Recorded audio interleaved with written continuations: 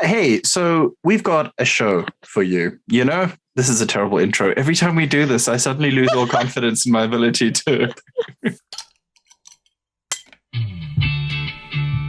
Okay, so we wanted to tell you a little bit about this episode. I can't remember, what number episode is this even? Do you guys know? Fucking hell, I don't know. We've started doing out short ones now. 6. Yeah. 56. That's 7, a guess. 56, 57. It's around there. It's well into the time where this podcast should be taking statins. It should already have bought its sports car and run off with somebody from its office. So it's a decently aged podcast. And this one is all about Halloween and horror, mostly about horror actually, with Brandon Grafius. Guys, what did you think of Brandon? Brandian? Yeah. What did you think of Brandon, and what should the listener look out for in this episode? Every time. Malky. Come on, Laura. Okay. Listen, it'll be fine. It's not going to be that scary. We're just talking about scary things. Yeah. I'm scared too, but it's okay. Brandon held our hand and just, led us through some themes that are Our actually, collective hand. Yeah. It's helpful to look at, enlightening, and, by being a big scaredy pants, then you're just like blocking off a whole genre of art for no good reason.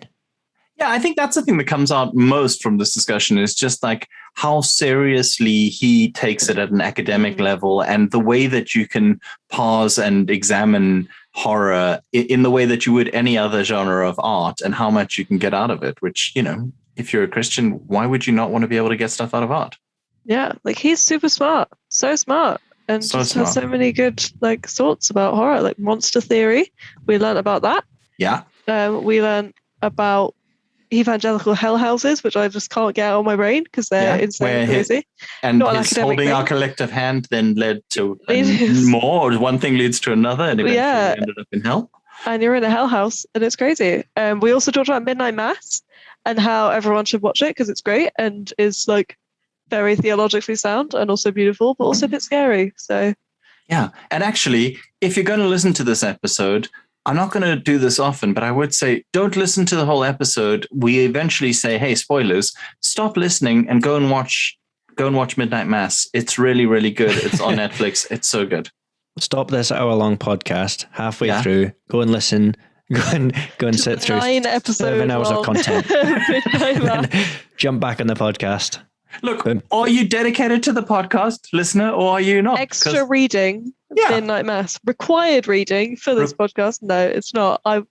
It's not required reading. You could listen to it without watching Midnight Mass. I hope the podcast makes you want to watch spoiled it. for Midnight Mass if you do listen to it. Spoilers That's your will happen. choice. I also got spoiled for Midnight Mass, not from listening to this podcast, but for looking at the soundtrack and realizing it gave really helpful descriptions about what music is playing when specific events are happening. And one of those events was very big spoiler. I was like,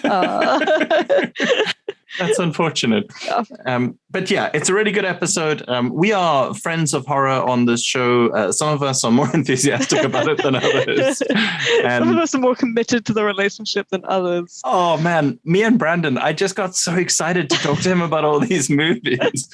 Properly geeking out. You guys were friends. It was cute. It was lovely. And afterwards ended up talking about the Babadook, which we don't even mention in the podcast, but is so, so good. So you should watch that too. And in that conversation, I restrained myself from calling oh my word. In that conversation, I restrained myself from calling the Baba. I can't say it. All right. Wow. How drunk are you? I had to watch back inside it. This is ridiculous. I refrained myself in that conversation from calling the Babadook a gay icon, which he is. So He is a gay icon. he is a gay icon. So, right. Is the Babadook like a ghost thing? Babadook. We'll have to watch the. I think He is a Based on character. that. No, he's not. He's a character from it. What you get? Okay, when I watched the trailer for the Babadook, I had nightmares. I've never had nightmares from horror movies. I had nightmares. No, I didn't have nightmares. I could not fall asleep because the trailer frightened me so much. But it was a particularly well-cut trailer. But the film is terrifying, but also incredibly edifying, and you should definitely watch it. It's lovely. It's beautiful. Brandon said it was beautiful. He said he cried at the end, and so did I. It was stunning, and like joyful tears. Like it's beautiful. I might just skip to the end then. Don't skip to the end, you scumbag. Anyway, this is supposed to be our short podcast reading, succinct... watching Midnight Mass and watching The Babadook, even though we don't mention it, but you apparently just need to watch it anyway. You really do, actually. That's it. Anyway, this is our really short, succinct intro to the actual podcast, where we don't get sidetracked, we don't go down rabbit holes. This has been a solid 25 minutes, and we just want to... Anyway, here's us and Brandon talking about horror. Enjoy. Hey, and welcome to Beer Christianity. My name is Jonty. I'm Laura. Malky. I'm Brandon. Hello. That is genuinely the smoothest we have ever done that. Guys. This is it. Brandon, you have to come back every single time. Yeah. Like, you're clearly a good luck charm. Yeah. Good luck charm. That is going to be the least controversial thing people who are freaked out by good luck charms are going to say, because this is a kind of special Halloween episode. We're going to be talking a little bit about horror. We're going to be talking a little bit about all that kind of spooky stuff, horror in the Bible, horror films, and maybe a little bit about Halloween as well. Because, Brandon, give us your potted bio.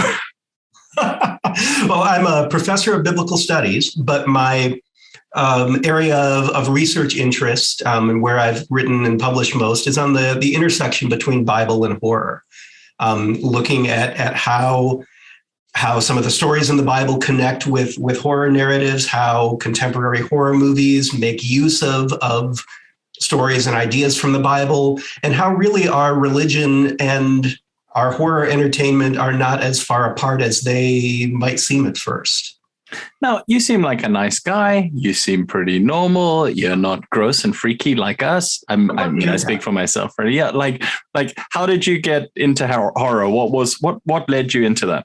I've always loved horror since I was a kid, and I found this old VHS tape of Something Wicked This Way Comes was kind of my gateway. That Disney movie based on the Ray Bradbury book. And for a long time, I'd kept horror as a guilty pleasure, something that I kind of did on my own and didn't worry about too much. But gradually in my PhD program, I was reading a book on apocalyptic literature and stumbled on a footnote in this book about monster theory, and was struck by this being a real academic thing that people actually did, and realized that maybe I should stop feeling guilty about this. That is fantastic. I think we're going to come back to monster theory, but I figured we should. I always forget to do this until way too late into the podcast, and we've really got heavily into something, and I have to interrupt and go, "When are you drinking?" So, what are you drinking tonight? Because I think you've got the most impressive drink out of all of us. Well, thank you.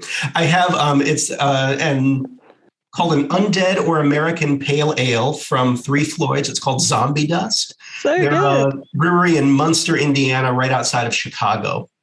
Munster, that's pretty horror, right, as well, right? It is, yes. I thought it was appropriate on a number of levels. That's incredible. Fantastic. Malky, what you drinking? Well, at first I was like, it's just a normal beer, but it is called Doom Bar. You know. Kind of spooky. That's pretty horror. That's spooky enough. Yeah. And it's 0%, so like that'll really mess with your head. That is horrific in itself. Laura? I deliberately went to Aldi and was like, what can I find that looks a bit spooky? And I have settled on Orchard Irish Cider, which has got I mean, they look like pumpkins, but they are apples on the label, and it's like orange and black, and you can't see that. I'm holding up to show. Just to be clear for the listeners, considering this is an audio podcast, your spookiness is because it's a cider that has apples on the label. No, it's black and That's weird. orange as well. It's black and orange. Okay, it looks like it has pumpkins on it. And it's not Jack Daniels, so that's there's true. The spooky element that am I even Wait myself? A minute. The fear. Who am I? The last time you drank cider on this podcast. I do have another one of these in the fridge. Oh, Brandon, it was so rough. We were in the pub that C.S. Lewis and J.R. Tolkien used to drink in, and we were recording there. And Laura got off her face on cider. It's because it's cider. I don't think you even had that much. I don't know what it is about cider. I can knock back 6 to 8 Jack Daniels and Cokes and be fine, but three ciders, I'm out. I'm just out of the game. It's very bad, and I've never been able to bring myself to listen to episode 17 because I know. Fantastic. We made friends with other people in the pub. It was fantastic. Yeah. Okay, well that's good. I didn't think to get anything spooky, but this is also kind of orange and black, sort of. It's a Tap Social. Jobsworth, but Tap Social are the brewery in Oxford that employ ex-convicts and stuff. So maybe some of the people brewing the beer were, axe murderers, and that could be in some kind of slasher vibe. One can only hope. I don't know. That's the and yeah, even axe murderers need a second chance. Exactly. And also I'm helping them to achieve their aim of fighting the stigma. Yeah, nice. Rehabilitating people. You're welcome, Tap Social. Anytime you want to sponsor this show, you are welcome.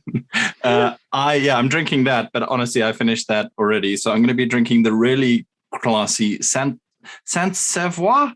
Those tiny little beers you get in the supermarket. I know, because I have small hands. This looks like a normal sized beer, but actually, this is a very, very small beer, and that's spooky in itself. It's the weird, freakish tiny hands. Small your hands are. It is. It's got a Rob Zombie film kind of vibe about it. I think that's it's gross. Well, anyway, cheers everybody, and Brandon, thank you for being on the show. The idea of monster theory. Can you tell us a bit about what that is? Sure. I think the basic idea of monster theory is that, of course, we're scared of monsters because they have, big fangs or sharp teeth or whatever. But beyond that, they tell us something about the particular anxieties of their cultural moment. The monsters have bodies that we can read. So they're always bodies that kind of mix and match from different, different animals, different characteristics that aren't supposed to go together. So we have defined the monster as what is outside of normal. And I use normal in quotation marks because then we define ourselves as normal. And the monster is whatever is not that. But really what monster theory suggests is that monsters aren't so much born as they're created by us, by society, by what we define as being outside of the realm of the natural world, outside of humanity. And it's really interesting because when you look at what makes the monster abnormal, that can really help us reflect on what we consider to be normal, which is often a mistaken viewpoint. When you look at the monster, in some ways, you're looking at a kind of weird funhouse mirror where you're seeing yourself reflected in a misshapen, strange kind of form. So if monsters that we create are reflecting our particular anxieties, is that like in one of the George Romero? I always get George and Oscar confused. Yes, George Romero. Saint George Romero. In those films, like is it Day of the Dead, where all the zombies are in the shopping center, and it's a burgeoning anxiety about consumerism and how we've lost our soul and doing that. Is that part of it as well? I think that's a really good example that and zombies, I think, have endured for so long because they are such a flexible metaphor.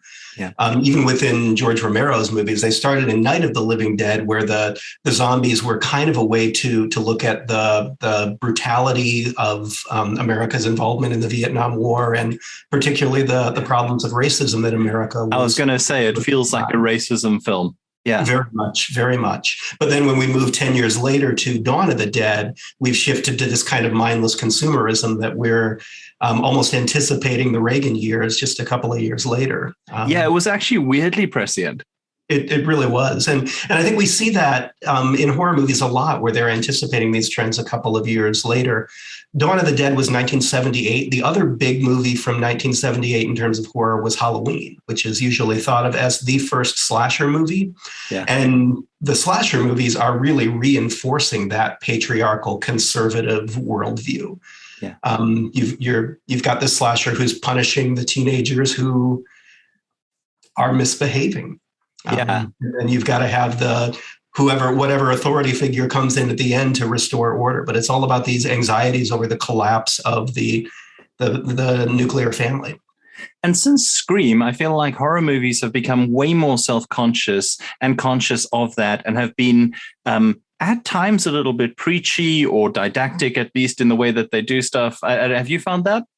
I think that's one of the dangers, that we start to realize that horror movies do this, and sometimes it seems like they're almost backwards engineered. Like we start with what social point do I want to make, and then how am I going to get there, and what monster can I construct to make this point. Yeah. The best horror movies are always the ones that arise organically and come about that in a way that seems really natural. It's weird. I watched Halloween Kills, and I think yesterday, the day before, and I was watching specifically for this because I'd watched Midnight Mass, and we're going to talk about that a little bit later. And I was wondering who the people were that it was trying to create sympathy with, who the people were who were being depicted as weak and kind of victims and that kind of stuff. And I couldn't work out where it was coming from politically, because it was clearly singling out a guy in a dress, a black couple, a very assertive woman with a submissive man, and they were no spoilers, but a lot of them didn't make it. I mean, it's a horror movie, so I feel like that's fair. But I just found the whole, either it's an actually right-wing movie and therefore in keeping with the kind of slasher tradition, or it's very confused, and so confused it might actually be one of those organic things that you're talking about, which might actually be better. I don't know.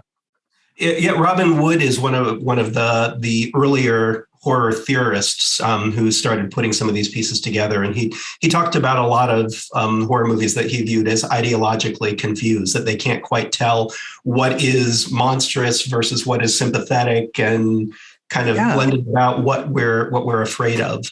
This is entirely that. If you eventually watch it, it's going to be, I don't know. I don't usually like slasher films, but I'd watched the making of the original Halloween, and it was just hilarious how shoestring it was, and I was kind of feeling nostalgic about it. I do want to talk about monster theory in Midnight Mass, but I thought I'd let Malky or Laura jump in first. I was just going to say, I think it's like so fascinating hearing you talk about the horror genre in this way, because to me it's really reminiscent of what I find is so good about so much science fiction. It's like the exact same thing of the kind of reflection of society that's like, predicted, and it moves with the times in terms of what's the big kind of deal of the day, in terms of, Mary Shelley's talking about, new life and science and had the fear of science. And then, today we've got climate stuff and all, aliens and whatever.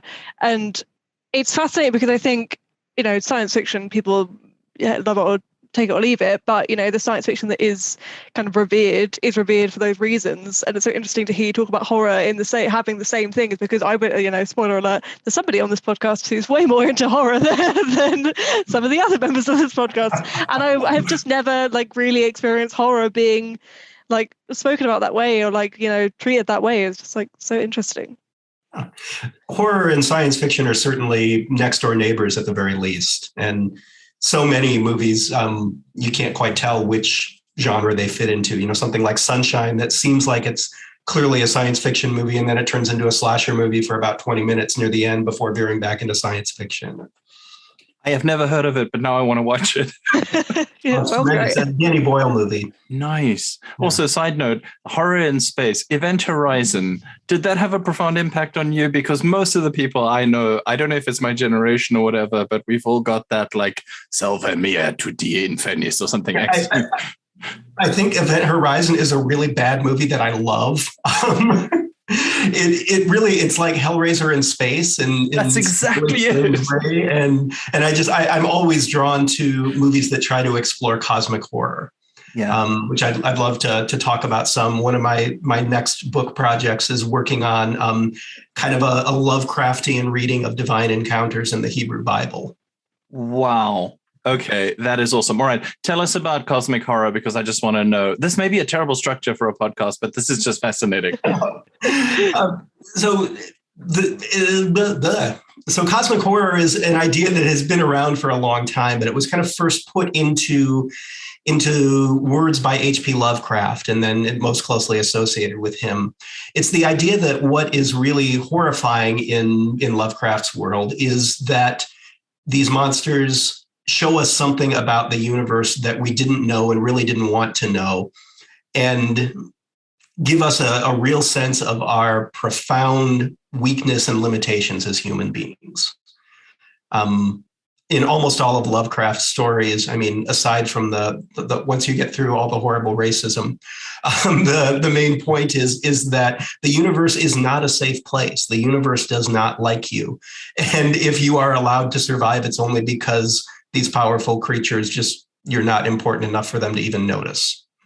And that's an I guess cosmic and existential are pretty closely linked, because it is just the existential question of your smallness in comparison to the universe and the kind of futility of I don't want to take us to a downer place, guys. I usually do, but it's all very hard to think of a point to carry on, right? Is that what we're saying? Is that the good Lord space? You can also connect that with the theological ideas of somebody like Rudolf Otto. His idea of the holy, who, German theologian from the early 20th century, who basically came up with the idea that the formative concept behind all of religion is humanity looking up at the stars and realizing our immense smallness, and our complete and total dependence on whatever the divine might be. And then for Otto, all of the religious structures we've created are really ways to try to sublimate that initial feeling of fear.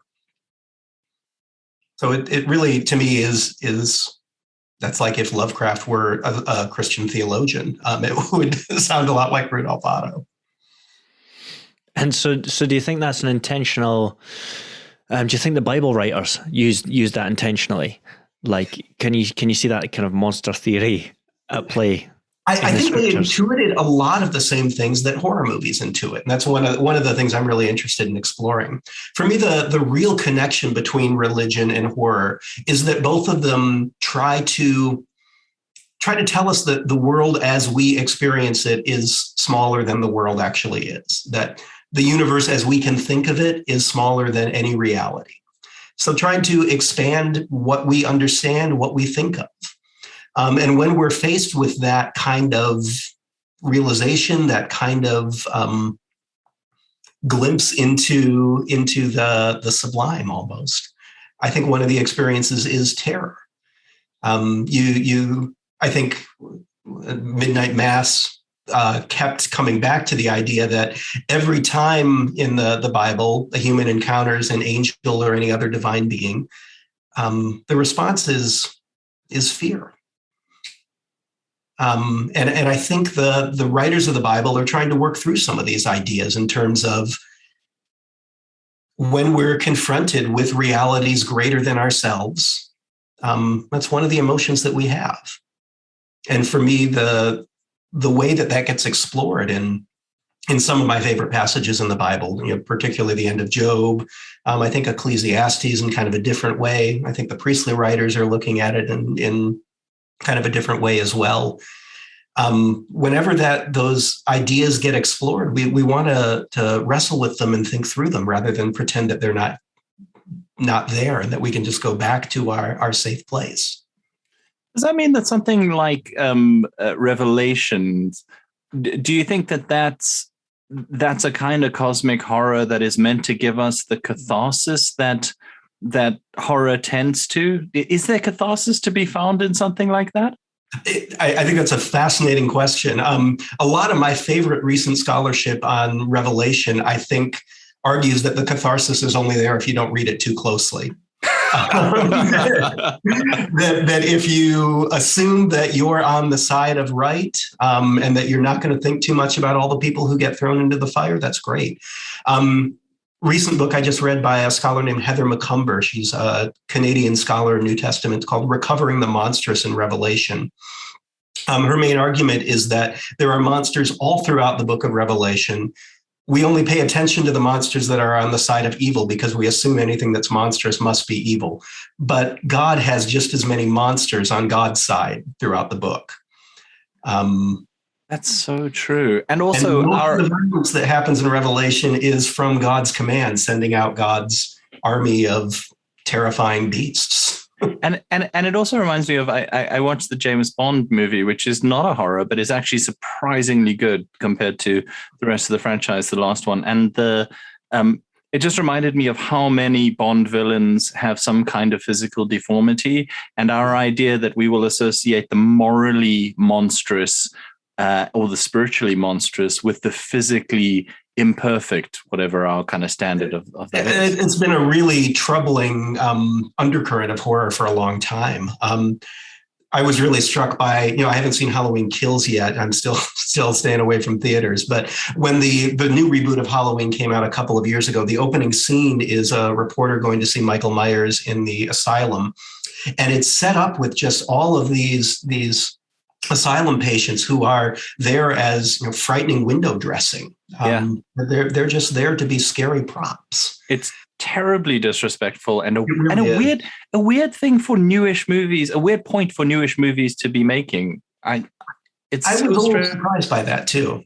Yeah, and it's interesting to then think about Jesus in the Gospels as because in some ways it sounds like he's the monster. He's the one that people are confronted with, what's going on here? The world's upside down. That's not how things work. How did that happen? But then again, the way he's traditionally been depicted is very beautiful, white, almost blonde, and perfect. The way and one kind of right? domesticate that. Yeah. Perhaps my favorite scholarly article title of the last 10 years was an article by Rhiannon Graybill that's looking at depictions of Jesus in recent popular culture, and the article's entitled "Rock Me Sexy Jesus." I thought you were going to say the monstrosity of Christ, that Zizek one, but that's way better. Rock Me Sexy Jesus. That was incredible. Okay, so you've done obviously a lot of scholarship on horror in the Bible. I'm assuming it's not limited to the bits that we've asked you about. Where is the prime example where you can find either parallels or actual, in the literary sense, horror in the Bible? There's a lot of horror in the Bible. There are a lot of passages of people doing nasty things to each other. Where I first really started to think about diving into this deeply, I was working on my dissertation, and somehow I was reading Numbers 25. This is the story where the Israelites are wandering through the desert. They start messing around with foreign women, as they are wont to do. We've all been there. Moses doesn't know quite what to do, but Aaron's grandson, Phineas, another priest, picks up a spear. This couple has gone off into a tent, and it seems like they might be engaged in whatever they're engaged with. But Phineas takes his spear and skewers the two of them, and then gets praised by God for his great zeal for the Lord. And the plague gets lifted from the camp, and all is right in the world again. And I was reading this passage, having just read a footnote about monster theory a week or so ago, and realized, hey, that exact death scene happens in Friday the 13th, part 2.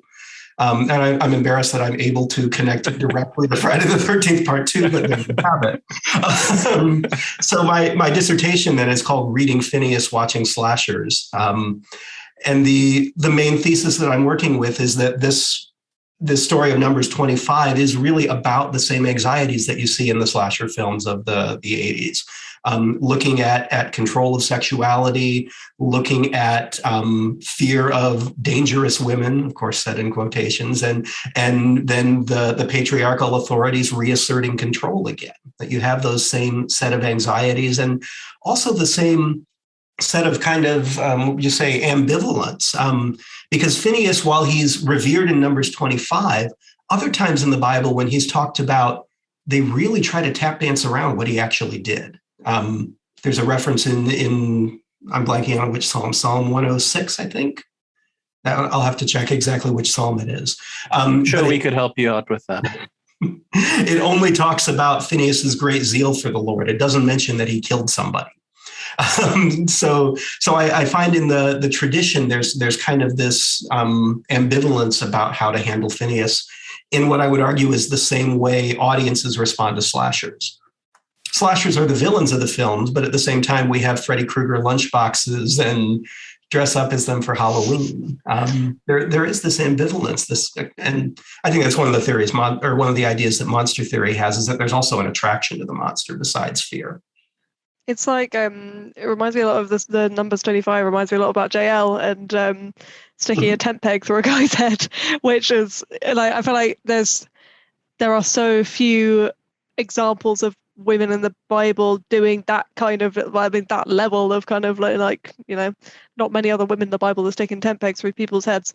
Yeah. And I think JL, for that reason, is kind of revered in a way of just like, oh, look at this like badass woman, like, you know, just going for it. But also, like, I mean, as somebody who also has a pretty serious fear of being stabbed in the eye, that's horrendous. Like, that's it's like, and we feel like we have a tendency to kind of like whitewash the kind of just like the actual horror of it, because, and like, you know, and the same with like so many other people, like, you know, Samson knocking a whole building down on top of a load of people and things like that. Like, that's pretty awful, and yet they're kind of revered as heroes. They did blind the motherfucker, to be fair. Well, yeah, you know. We'll give Samson a pass. And somehow like that's a good story to tell in Sunday school for kids. Yeah, so weird. It is, and I think you're exactly right that we sanitize it, we kind of drain the horror out of it, because I think we often have this idea that everything in the Bible is supposed to be somehow morally edifying and uplifting, and that's the only appropriate response to religious material. And I think we miss a whole lot of our religious experience when we limit ourselves to that. How do we deal with that? Because these are the stories that we've, like you said, we've grown up listening to them. We've got very used to this particular way of hearing these stories and receiving them. And how do we kind of sit with that and level with that? I think it's important to revisit them and be honest about what they actually are. I think one of the problems we run into is that we sanitize all of our own religious tradition. So then we think the Bible is a good and wholesome book. And then we look at the texts of other religious traditions and we think they're all full of violence. And that means that there must be something wrong with other people's religions. So when we're not honest about our own religion, it's easy to throw stones at other people. So I think that's one really damaging aspect. But even more than that, I think the writers of the Bible were smart enough to know that this is a text about the whole of our experience. This is a text about as much of life as they could fit into it. And that means you've got to deal with the messy and ugly parts too. I think also that's the strength of the Bible, right? Like in the sense that a lot of us who have kind of moved beyond fundamentalist literalism feel like the text cannot be necessarily tied down to one particular interpretation as if that is the sole and absolute truth. Yes. I think there's a richness there so that subsequent generations can find new things within the same text because it is so universally powerful, whatever your view is in terms of the height at which you hold scripture. But it's the same as horror movies, or you can kind of learn that from horror movies, because different generations will respond very differently to characters within the films. And it's not always a sympathetic monster, but you get these waves of sympathy for the monster and different generations. Like, it's been a while since anybody's held JL up as a hero, but right now she will be. When the backlash to the thing has just begun happens, then there won't be there won't be that same feeling towards her. Like, what can we learn about the Bible from that in terms of like our approach to scripture, about like different generations coming in for that? Well, yeah, my ideas are going off in so many different directions. One of the first things I'm thinking of is how one of the courses I teach at Ecumenical Theological Seminary is the introductory biblical hermeneutics class. This is, students who are just starting their Master of Divinity or Master of Arts and Pastoral Ministry program. This is like their first stop. And one of the questions I ask just on the first day is, what do you think the Bible is? And I often get students responding with answers like, well, it's a book of instructions. It's a roadmap for how we're supposed to live. And I always want to push back on that, because there are a few instructions. We think maybe the 10 Commandments are instructions or things like that, but that's mostly not what it is. Mostly it's stories and poems. I think if it were nothing but instructions, we wouldn't be reading it. And we'd be collecting a lot more Philistine foreskins. I think that's my big takeaway.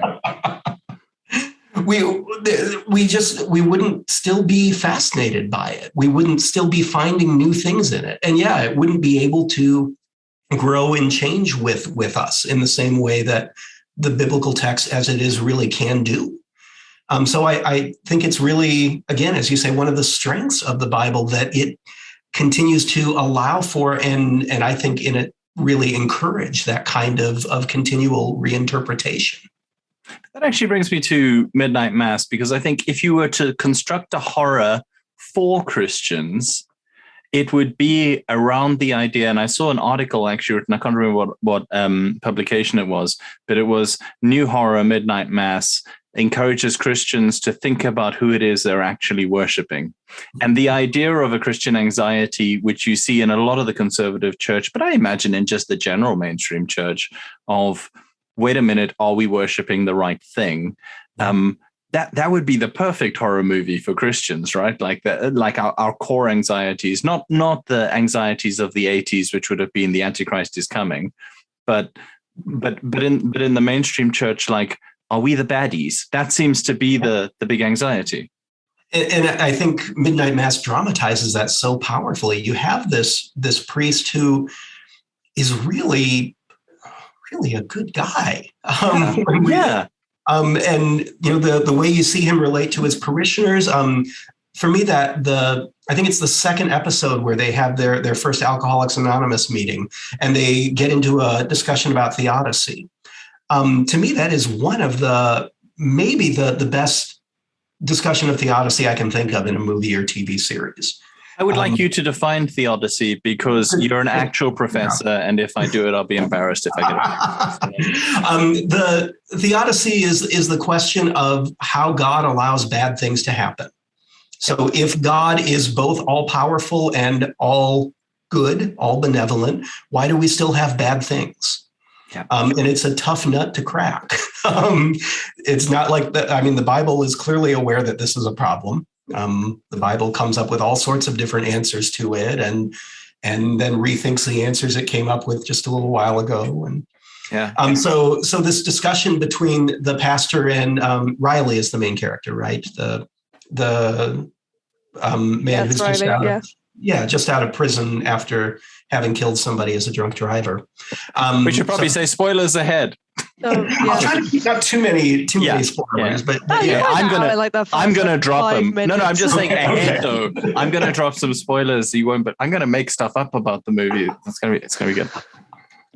But Riley asks what are sincere, really good questions about theodicy, and the priest responds in a way that really shifts the questions back to individual accountability, and what I think is just a really powerful way, not trying to whitewash the questions or sweep them under the rug or offer, so often when you see those kind of theodicy conversations in movies, the priest gives some nonsense or cliched answer that we've all heard before and that somehow is supposed to be received as tremendous wisdom and settle the question.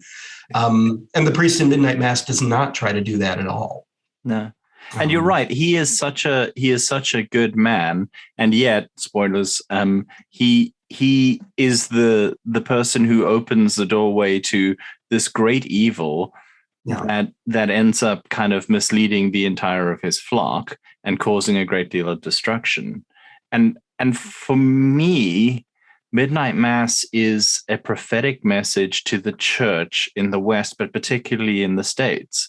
If you go back to monster theory, I think one of the biggest anxieties that America is facing, well, half of America is facing, is Christians.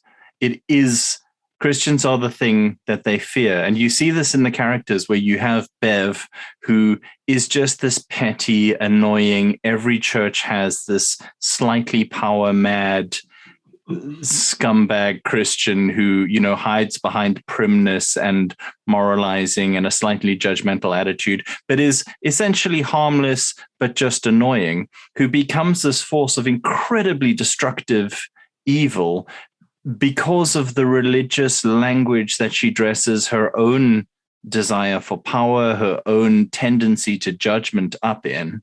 And then all you need to do is to add a genuine evil being. And for me, it's like, you know, the states over the last few years with something like the white supremacy and I believe the genuine evil of what Trump represented, because it wasn't Trump as a person necessarily, but what Trump was answering to, and how the evangelicals all went to it but he's look what he's doing. He's repealing these laws we didn't like, and he's saying the right things, and he's giving us more access, and he's doing all those judges on the Supreme Court that we like. Exactly. Yeah. And you've got everybody else and in Midnight Mass represented by, you know, the Muslims, the unbelievers, the people who have not, you know, conformed to the way that the Beverleys of this world want you to conform. I see it as something that every Christian should watch so that they can. The horror is fine and fun. And I love that the showrunner, what is his name? Wait, I had it written down. Mike Flanagan, who also did Bly Manor and Hill House, which were just beautiful and I thought really quite, you know, moving. Also good horror, but like quite moving pieces. But I feel like what he's saying, I don't even know if he's a Christian or anything like that, but he understands the anxiety that non-Christians must feel about Christianity in America. I don't know. Did any of that resonate with you? Or am I just projecting? Oh, absolutely. I guess I don't know Mike Flanagan's own faith claims, but from Midnight Mass, you can certainly say that at the very least, he is really sympathetic to the, what would you say, the religious imagination, to use the words of William James, that there are plenty of Christians within this parish who don't go along or who try to do something different. It's not that all Christians are evil. And even within the ones who follow the pastor, many of them are really good people who are just misled. Yeah. And you know, tragically by this angel, this monstrous angel who somehow has both the characteristics of angel and vampire, which, you know, is much more true to how angels show up in the Bible than the you know, slightly pudgy baby cherubs that we see on Hallmark cards. Absolutely. I think, it's I totally agree with everything you said. And as we said, like I'm not a horror person in particular. Not because I don't necessarily dislike it. I've just not really given it a chance as much. But yeah, Midnight Mass, fantastic, and like a great way, I think, like gateway into kind of the genre, but also just so beautiful. Like that final episode, man, it kills you. But I think, oh my word, yeah, I think like it's just the interesting thing about it. I think it sets it up to have this, you know, horrible big monster, which is really barely in it. Like the angel's in it for about 5 minutes of screen time. Yeah, like total. And like actually the real horror definitely it is from the people, and like you were kind of saying about like the Bev Keens of this world. Interesting, I think, as well, that she is the last person to get physically infected by the kind of big monster thing, and it is all kind of from a human thing. And yeah, theologically great. And I think if he's not a Christian, he must have done some real good research into like had some kind of consultant on that who really knew what they were coming from, because like that final episode with them all, and like that thing of like, I think I killed my dad. Yeah, it's like, it's okay, son, and all these, I forgive you. The repentance. Yeah, I've never seen repentance like that in a film. Of people who've done genuinely terrible things, who you hated like 20 minutes ago, and you're now like, oh crap, I'm no better than them. Like, it's just wonderful. Yeah. I noticed in the credits there were a couple of Islamic theological consultants who were listed, but no Christian theological consultants. Interesting.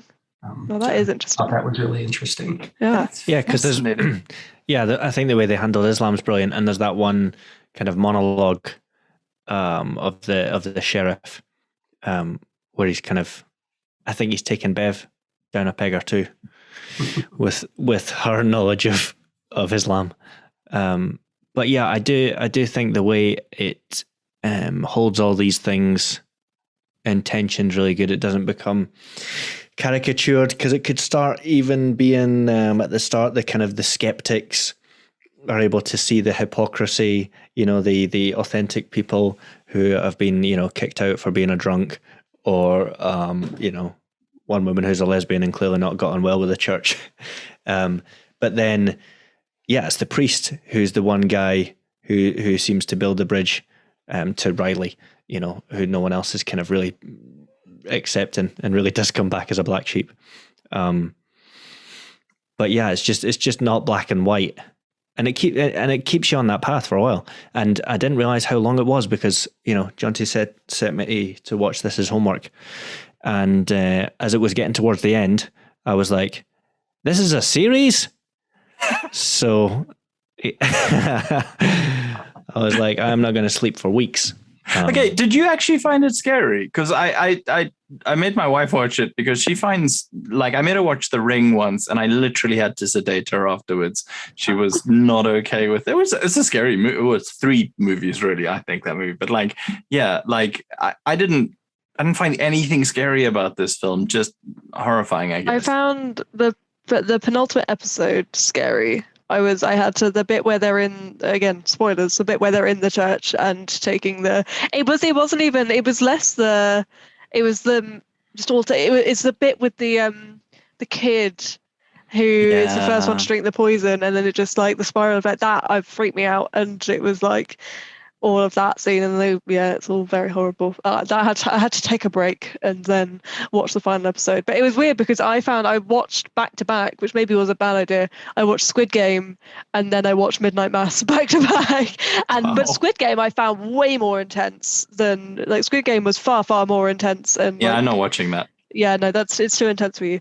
But Midnight Mass, and I think actually Midnight Mass contained so much joy as well. I think that was really struck me, the bit where there's the montage of them just all having a nice time and dancing and enjoying themselves. I was like, can we not just stay with this? This is lovely.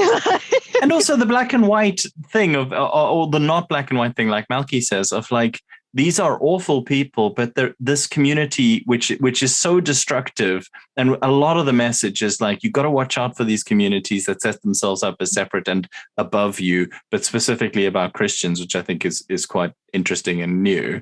And yet, look at the beautiful things that they bring as well. I just love that ambivalence. I don't know. And back to the scary question. So I'm okay with the violence and blood. That doesn't give me the creeps. It's just any little ghostly apparition in the dark, I'm fucking out.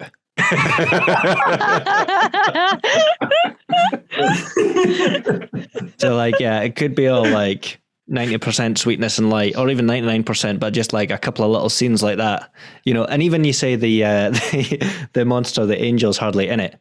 Just the threat of lurking in the shadows. It's nah, I'm running up the stairs to bed after I've put the light out.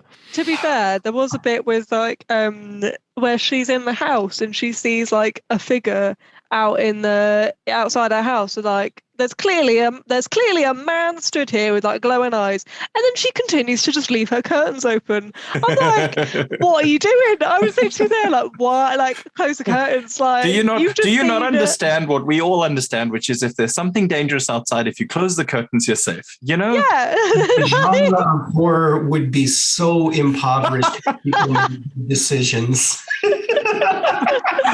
Okay, I was watching a making of Halloween, and in Halloween, in the first one, there's these wonderful scenes of Michael Myers, the huge dude with the really blank face mask on, who's just kind of standing next to a hedge, kind of in the middle distance, and then he kind of just slopes away. And it was just some random dude, part of the crew, who they put the mask on because they didn't have a cast member. They were just all right, you do it. And then he was literally, it's so otherworldly and so sinister because it seems so non-human, because he was literally doing what the director said, which was walk over there. And that was it. It's different when you watch it, when you know that. Okay, so we've been talking a little bit about horror. We've been talking a little about kind of horror in the Bible. this episode is going to come out around Halloween. There's always around this time freaking J. John in this country and other people who will always come out and go, Halloween is of the devil. You shouldn't observe it. You shouldn't even acknowledge it. And they will put Halloween and horror on the same table as these are things that Christians should not engage in because it is essentially opening a door to dark forces. What do you think about that, Brandon? I've heard that one before. Yeah. So my first thing is I maybe should confess that I take some of these questions of opening the door to dark forces a little less seriously than some other people do. My religion tends to be fairly highly metaphorical, so I'm less concerned about whether Halloween is of the devil. I don't really think it is. I think it's being All Hallows Eve. It's the idea that this comes before our All Saints Day. And it's a chance for us to explore both the dark and the light. And as I was kind of saying earlier, that I think we need to be aware that those kind of dark corners are part of our religious experience as well. And at least think through what those are and maybe get a little more comfortable living in those dark spaces for at least periods of time. Malky, Laura, what do you think? I was having a conversation with a non-Christian friend actually recently. Asked me about just like thoughts about Halloween and stuff like that. And I think for me, it's again a similar thing of like I think actually a lot of Halloween has this reputation of being all about darkness and stuff like that. And I think a lot of that genuinely does just come from capitalism. I think people are thinking that I think Halloween has become far more than what it actually is. And I don't know if I was interested to ask, I don't know if this is a UK specific thing or how it's Halloween is viewed in America, because I think actually like Jonty was saying, a lot of Christians in the UK will not acknowledge Halloween. We had when I was a kid growing up, we had a piece of paper that you stick on your front door that says we want no trick-or-treaters here, this is not a Halloween space, which I think actually, bearing in mind the actual Christian roots that Halloween does have is quite hypocritical when we're quite happy to go all gung-ho for Christmas and Easter, which have our co-opted pagan holidays. And I feel like Halloween has this reputation of this dark pagan ritual holiday, which is just not true, so we're just going to ignore it. And I just wondered, is because I don't know if that's the same in American evangelical spheres. I don't know. Is it the same of we're just going to ignore it, or are we going to try and co-opt it to be something else? I think there are certainly some communities that try to do the co-opting. There are more conservative churches that will try to put a different name to a celebration around the same time or things like that. Light parties. Yeah, that never really, it's not really my thing. For me, I love horror, but Halloween, I'm really an introvert. So I don't like this whole dressing up and going to parties thing. I think my favorite thing about Halloween is that horror movies go on sale on iTunes for $4.99. They should make a horror movie for introverts where the core is that you get forced to dress up and go to parties. Actually, I feel like that could. Who is it? Is it Key or Peele who makes the horror movies? He could make that film. He could make it Peele. now. Jordan Peele. Jordan Peele could make that film. That'd be fine. Going out. Out. Exactly. Out would be it. There's so many layers. Laura, you and I, we write a script for this now. We get him to option it. It'll be fine. Get Jordan Peele on the phone right now. Yeah. Sounds good. Absolutely. Is it because I actually believe in the spiritual and literal spiritual side of things? Like, I really love The Exorcist because I really like the message. I like the kind of like, we're not too, we think we're too clever to believe in the spiritual side and the supernatural side of religion. And yet here it is. I don't like it as a kind of scare movie, but I do like a movie that takes it seriously and seems to, come from a position of sincere faith. And I do believe that those evil forces, demonic, whatever you want to call them, I believe they exist. I don't know if it's just because I come from Africa and you see a lot of it, but I still think kids dressing up as Dracula isn't fucking real, guys. It's not a real dude. It's not going to open a door to shit, except Bram Stoker. And there's not much more. Lair of the White Worm, highly overrated. So what are you afraid of? Like, yeah, I don't know. It's the fact that, like, my experience of Halloween is, it's the cartoon dress up fun. Like, there's no thing behind it. There's no gateway drug. There's no slippery slope. Like, to what? Yeah, like, it's not like to more dressing up. Yeah, it's not like, oh, the real meaning is people in actual seances with Ouija boards. Like, it's never been a thing. It's only like you dress up, you arse around, you get some sweeties. Yeah. Diabetes is the real danger. Diabetes and dressing up as a sexy animal of some kind eventually. Those are the two things it's a gateway to. But I also think the discussion we've had around the Bible and what you kind of, the light that you shed on that, Brandon, and framing so many Bible stories in that way, like, if we're rejecting Halloween or horror or whatever because of those reasons, then we need to reject huge chunks of the Bible in the same way. If we're scared of the kind of aesthetic of the topic at all, then it feels like we need to do away with that. I think you're absolutely right. Yeah. And a lot of our churches are going to have to get rid of the Stations of the Cross, pictures of, saints who tend to be depicted at the moment of their death. Also, let your children dress up as saints at the moment of their death. Sebastian's amazing. Oh, man. Like, or like any martyrs. I think let your kids dress up as martyrs. I think they're going to be more gruesome than most of their friends. You can still be super Christian. You don't need to worry. Everything's cool. I've heard there was one church that I read a story about that was like they weren't freaked out by the notion of Halloween. They decorated their church in that way. Churches? I'm sorry, I didn't mean to interrupt. It's all right. They decorated their church in that way, and they read stories and kind of dramatized stories of these gruesome deaths of Christian martyrs. See, That's amazing. Don't have hell houses? Is that something that? No, I was going to ask you about this because I heard you talk about this on a podcast. Like, what is this? It is a weird thing that some churches will have. It's like a Christian haunted house where instead of having like somebody chase you around with a chainsaw, you get to go in and see a scene of someone being seduced into the homosexual lifestyle. Or where do I sign up for this? It's like, for the Hell House aspect of it, obviously. What? And then, at the end, all the audiences gets moved around from room to room and you descend down into hell and then you get to go up, escape from it at the end, but with this warning that's where you'll be if you make these choices. And they say Protestants don't have carnival. Wow. Yeah. That's incredible. That's crazy. And like people just do this in their house?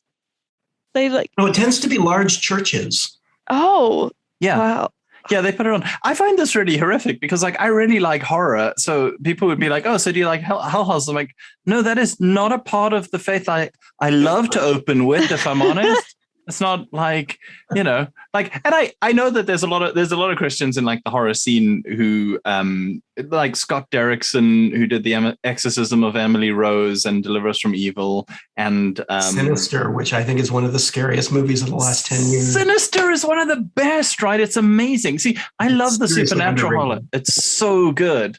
And Chad and Carrie Hayes, who wrote The Conjuring, which is about actual Protestant deliverance ministers, whatever you feel about that kind of thing. Like they're all Christians, all working. They all started in the horror genre because it's an easier place for Christians to actually put their stuff out. But I would love to see more of the I don't know, of what's it called? Midnight Mass stuff, and that kind of side of things of like, let's enjoy the spooky side of it without going, oh, well, the only thing Christians can enjoy is the violence. Like that's I'm still so caught up in this concept of hell houses. Like the niche of the person who's like buying a ticket for this. Like, do they like? I have to imagine the kind of people who are putting these things on are not short of hellfire preaching. So like we're just going to affront ourselves with the visual representation of this. Like this is bizarre. I thought it was just the scenes in hell. I didn't realize they also dramatized the scenes that got you to hell, because that's their favorite part. Yeah, that's why we're going, Laura. That's why I'm here for it. How far do they go? Like are they full on porn in the hell house?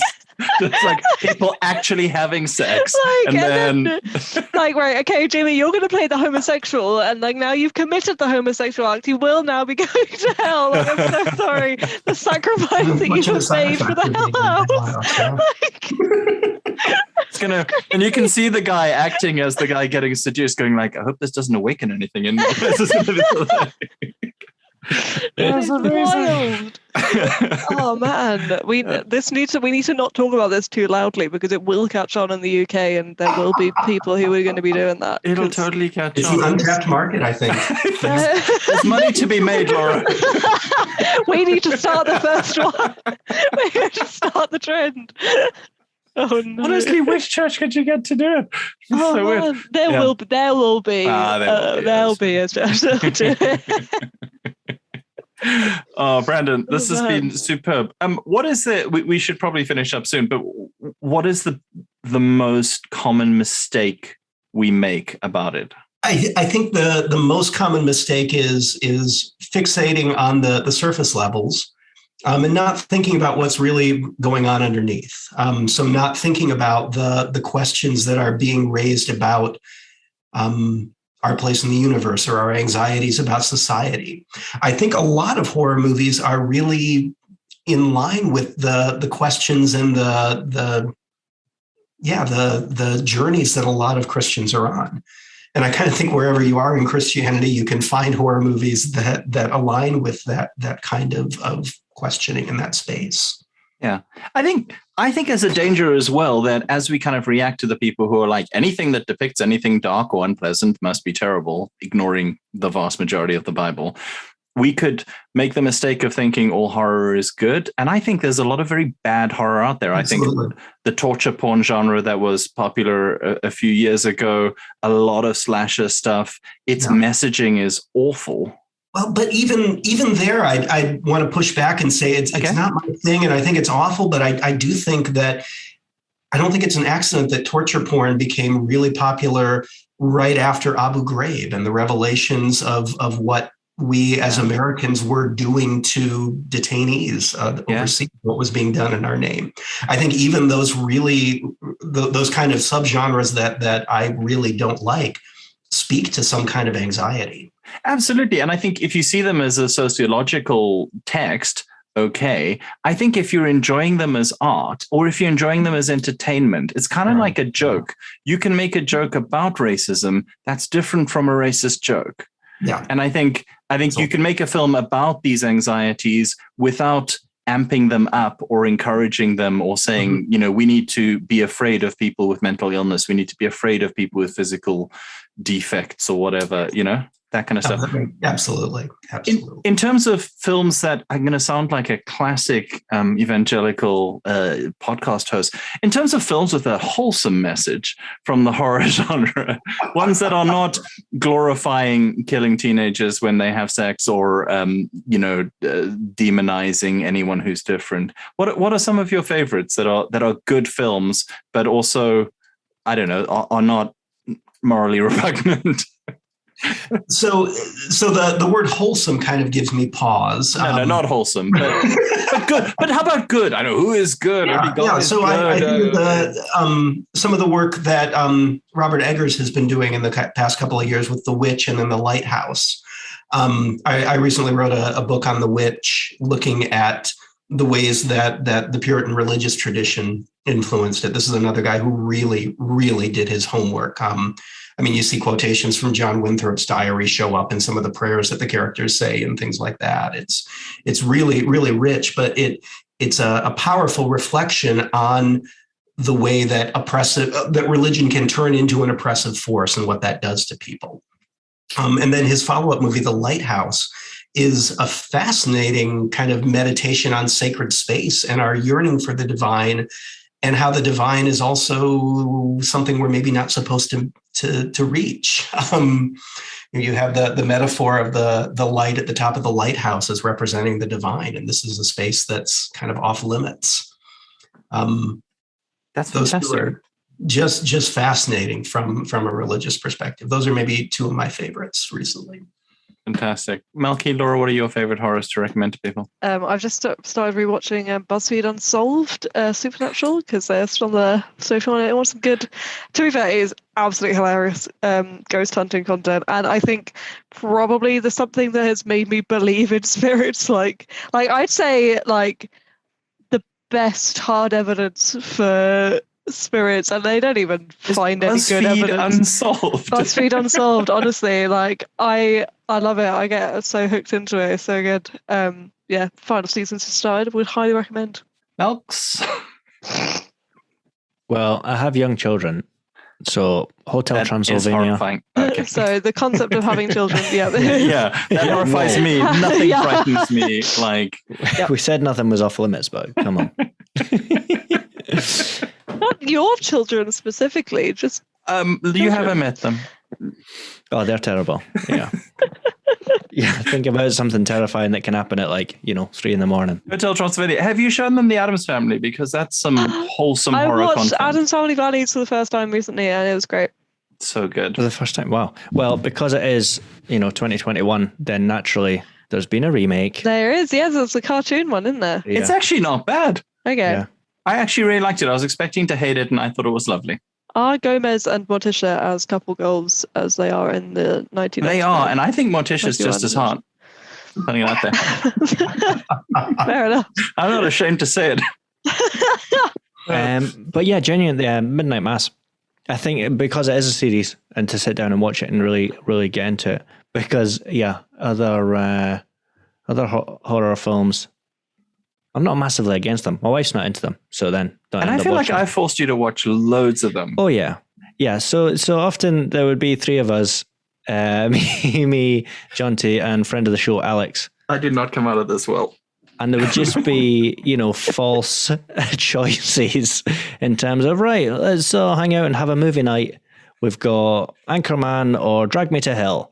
And let's just have a free vote, and it's always 2-on-1. And it would always be The Grudge. It would always be... I thought Drag Me to Hell was way funnier than Anchorman.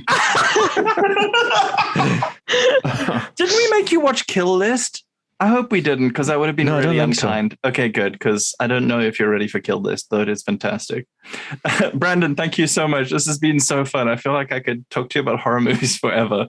Thanks so much for having me. This was really a great conversation. Hey, where can we find, and where can the listeners find your book and articles by you and other content by you? We'll obviously link to a whole bunch of this as well. Yeah, absolutely. So my books right now, I've got a couple of academic books that you'll probably want to get from the library because they're too expensive for normal people to buy, unfortunately. I do have a book on the witch that's in the Devil's Advocate series. That's where I talk some about Puritan religious anxiety and try to situate the witch within the context of American folk horror. So that one's widely available. I'm on Twitter at BR Grafius. I write occasionally at places like Horror Homeroom and things like that. So you can find me. My next project is a trade book that, is something for a non-academic audience and is supposed to have a reasonable price tag on it. That'll be coming out from Broadleaf Books next October. And what's it going to be called? Do you know the title yet? Right now, we're still kind of working on it. The working title is Lurking Under the Surface, Horror, Religion, and the Questions That Haunt Us. Nice. Very Very good.